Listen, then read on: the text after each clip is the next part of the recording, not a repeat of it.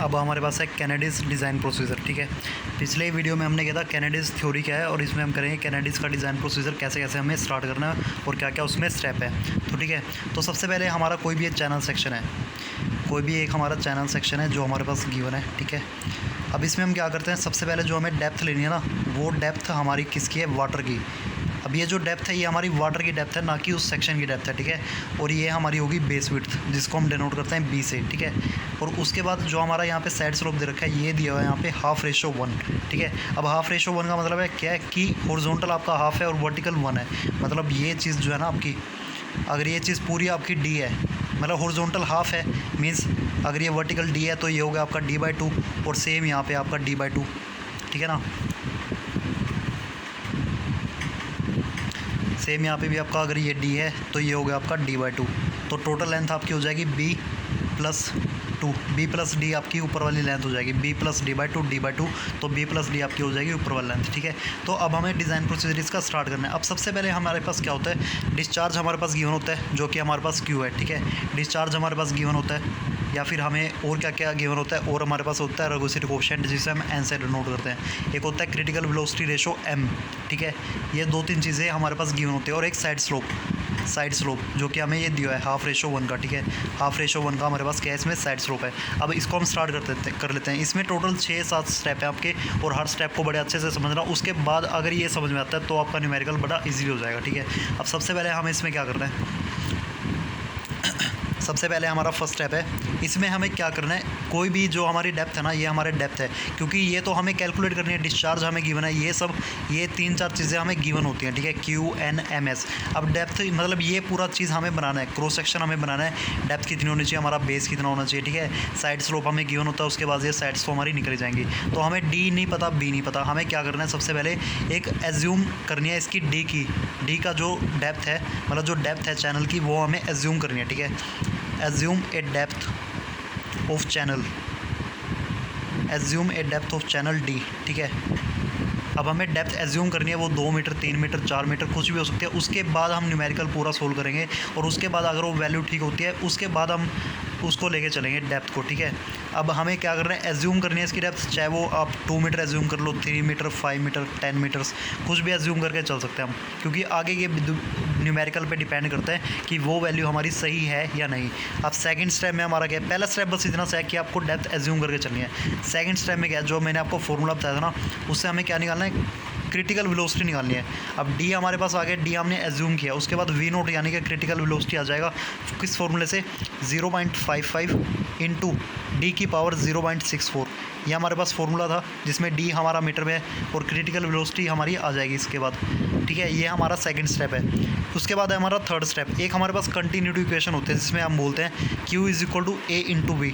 इसका मतलब जो डिस्चार्ज है हमारा वो किसके बराबर होता है, एरिया इंटू वेलोसिटी के। ठीक है, अब मान लो ये आपकी कैनाल जा रही है। ठीक है, कैनाल जा रही है, इसका टॉप व्यू दिखा रहा हूँ मैं आपको। अब इस सेक्शन पे आपका जो भी एरिया है, किसी एक पॉइंट पे जो उसका एरिया है, उसको अगर इसकी वेलोसिटी से मल्टीप्लाई कर दूँ ना, तो वो वहाँ का डिस्चार्ज आ जाता है। ठीक है, area into velocity is equal होता है डिस्चार्ज। ठीक है, तो V आपके पास आ चुका है, ये V0 है, क्रिटिकल वेलोसिटी आपके पास, इसे हम डिनोट करते हैं V0 से। ठीक है, ये होता है V0 क्रिटिकल वेलोसिटी। अब ठीक है, यहाँ से आपको डिस्चार्ज गिवन है, क्वेश्चन में आपको डिस्चार्ज गिवन है, यहाँ से आपकी V0 आ गई, तो एरिया निकल जाएगा यहाँ से, एरिया यहाँ से निकल जाएगा, यहाँ से एरिया आपका आ जाएगा Q/V0।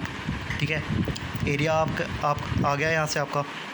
अब पहले स्टेप से दूसरे स्टेप से हमें क्या निकल गया, V0 पता लग गया, तीसरे स्टेप से हमें एरिया पता लग गया।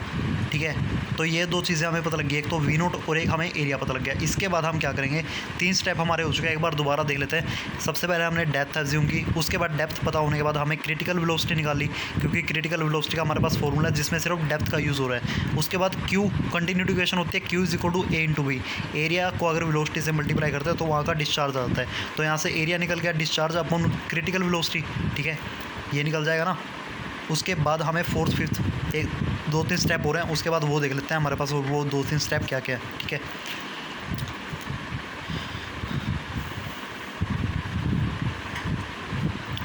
अब उसके बाद है हमारे पास स्टेप नंबर 4।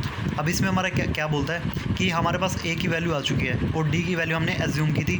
A की वैल्यू हमारी तीसरे स्टेप से आई थी, और डी की वैल्यू क्या थी हमने फर्स्ट स्टेप में एज्यूम की थी। अब उसके बाद हमें क्या करना है, बेड विड्थ निकालनी है। बेड विड्थ कैसे निकाल सकते हो, बेड विड्थ मतलब बेस की विड्थ, बेड विड्थ कह लो बेस विड्थ कह लो, बात एक ही है, ठीक है। थर्ड स्टेप से हमने ए की वैल्यू निकाल ली और पहले स्टेप में हमने डी की वैल्यू एज्यूम की थी।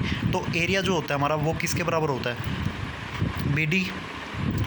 अब यहाँ जो हम बात कर रहे हैं ये एक तो हमारा रेक्टेंगल बन रहा है बीच में, ये अगर हम इस साइड के पोर्शन को अगर हटा देते हैं यहाँ से तो कैनाल सेक्शन ये कंप्लीट दिख जाएगा, ठीक है। ये आपका हो गया कैनाल सेक्शन, ठीक है। अब ये बीच का हिस्सा एक तो रेक्टेंगल है जिसका area B into D plus ये जो साइड का हिस्सा, अब ये जो मैंने पहले बोला था ये पूरी लेंथ आपके पास डी है, ठीक है। और ये आपके पास d/2, ये आपके पास कितना है d/2, यहाँ से लेके यहाँ तक, ये यहाँ से यहाँ तक d/2 है, सेम यहाँ से लेके यहाँ तक भी आपका कितना है d/2। तो ये ट्रायंगल बन रहा है ना आपके पास, ट्रायंगल का एरिया क्या होता है आपके पास, half into base into height. तो प्लस हाफ नहीं लगाएंगे क्योंकि दो ट्रायंगल्स हैं हमारे पास, हाफ नहीं लगाएंगे क्योंकि दो ट्रायंगल है, तो बेस इंटू हाइट हो जाएगा। अब बेस क्या इतना d/2 इसका बेस है और इसकी जो हाइट है ये क्या है डी है आपकी, तो कितना हो गया ये एरिया आपका हो गया B D plus D square by में 2। तो ये आपका एरिया निकल गया, area is equal to B D plus D square by 2 में 2। अब आप ये कह रहे थे, अब आप ये सोचोगे कि B D plus S D square भी तो हम लगा सकते हैं, B D plus S D square भी हम लगा सकते हैं, लेकिन अभी लगाने की ज़रूरत नहीं हमें। क्यों, क्योंकि हो सकता है साइड स्लोप हमें गिवन है, साइड स्लोप हमें गिवन है, लेकिन इसकी ज़रूरत ही ना पड़े। अगर इसकी ज़रूरत ही ना पड़े क्योंकि एक डायमेंशन और ऐड करके हमें वैल्यू को, अगर हम एक वैल्यू को और इंसर्ट करें ना तो कैलकुलेशन बढ़ाने वाली बात है। डायरेक्ट यहाँ से फॉर्मूला निकालो आप, बी डी प्लस ये हमने ट्रायंगल के दो ट्रायंगल के एरिया ऐड कर लिए और एक रेक्टेंगल का एरिया, तो रेक्टेंगल का एरिया आपका जस्ट ब्रेथ इनटू डेप्थ, ठीक है। ब्रेथ इनटू डेप्थ करेंगे ये आपका रेक्टेंगल का एरिया होगा, और दो आपके साइड्स के ट्रायंगल है हाफ बेस इंटू हाइट, तो d/2 into D square by 2। तो ए हमें पता है, ए हमें पता है थर्ड स्टेप से निकला था, डी हमने एज्यूम किया था, यहाँ से आपकी बेस विड्थ निकल जाएगी, बेस विड्थ निकल जाएगी बड़े आराम से। फोर्थ स्टेप में निकल गया आपका बेस विड्थ, ठीक है। तो फोर्थ स्टेप में आपका ये यहाँ पे लिखता जा रहा हूँ मैं, ये पहले स्टेप में डी हमने एज्यूम किया था, दूसरे स्टेप में हमारा वी नोट निकला, तीसरे स्टेप में हमारा ए निकला, फोर्थ स्टेप में हमारा बेस विड्थ निकल चुका है, ठीक है। ये चारों पॉइंट हमारे हो चुके हैं, पहले में डी, दूसरे में वी नोट यानी क्रिटिकल वेलोसिटी, तीसरे में हमारा एरिया, चौथे में हमारी क्या निकली है बेस विड्थ यानी कि बेड विड्थ। अब उसके बाद हमारा पाँचवा स्टेप है। अब पाँचवा स्टेप में हमने क्या करना है,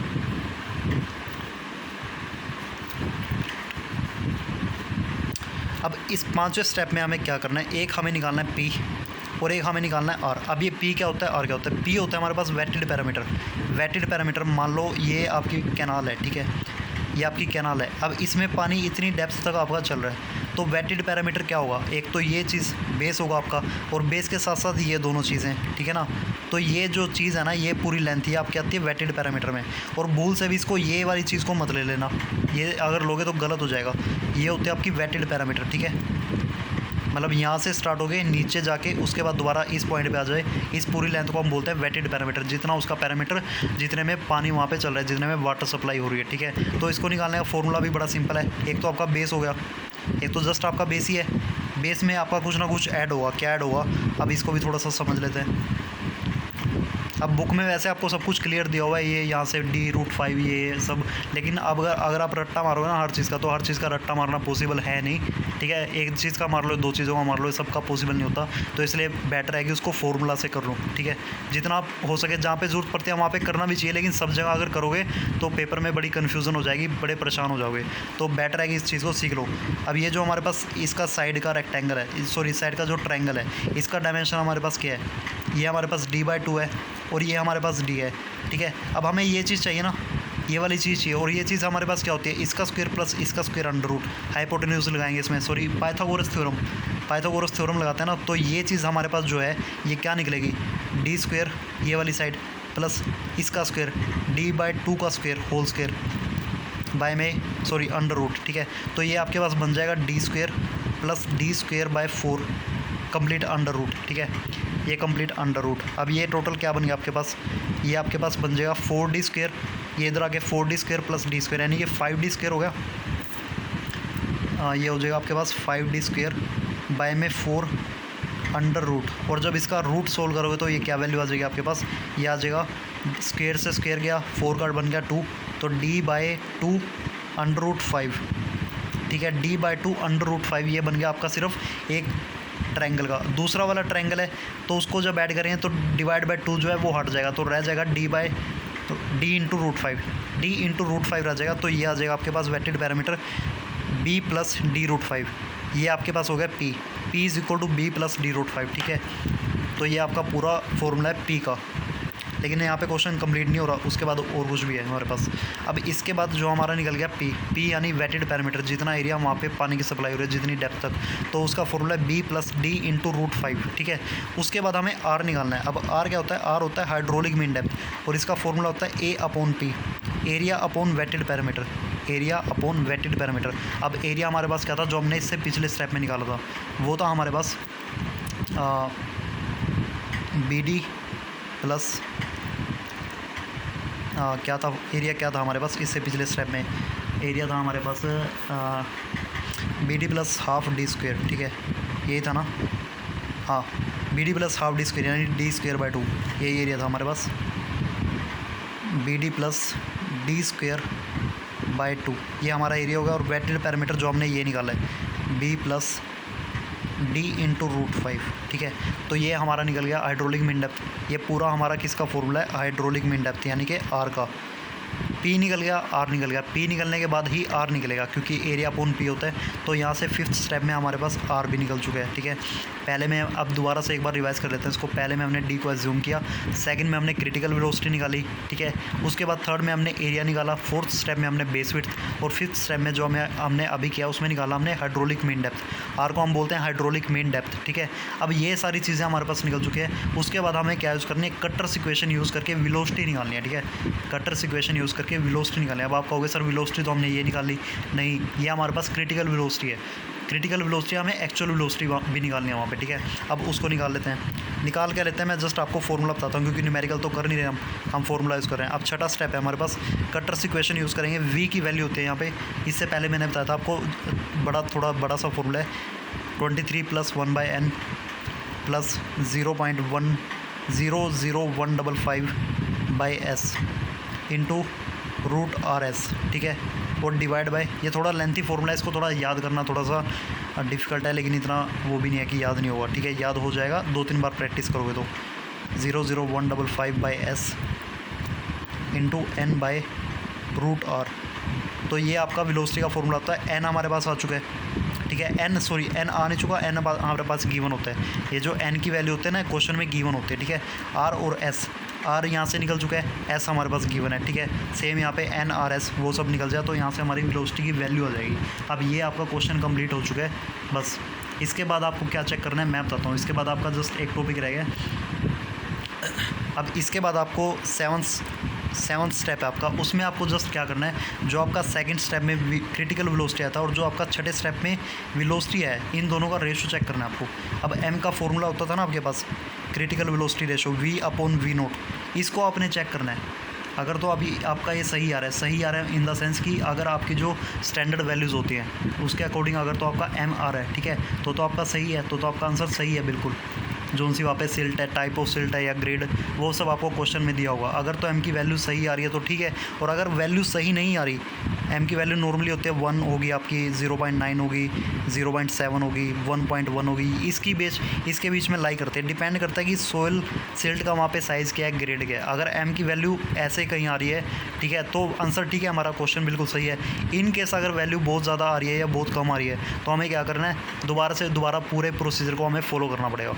दोबारा पूरे प्रोसीजर को फॉलो करना पड़ेगा। मान लो पहले स्टेप में डी हमने 2 मीटर लिया था, तो उसके बाद डी को इंक्रीज़ करके देख लो 3 मीटर, 4 मीटर, ठीक है। तो ऐसे ऐसे करके ये पूरा क्वेश्चन निकलेगा और ये आपका है पूरा कैनेडीज डिज़ाइन प्रोसीजर, ठीक है। अब ये कैनेडीज डिज़ाइन प्रोसीजर आपका पूरा ओवर हो चुका है बस।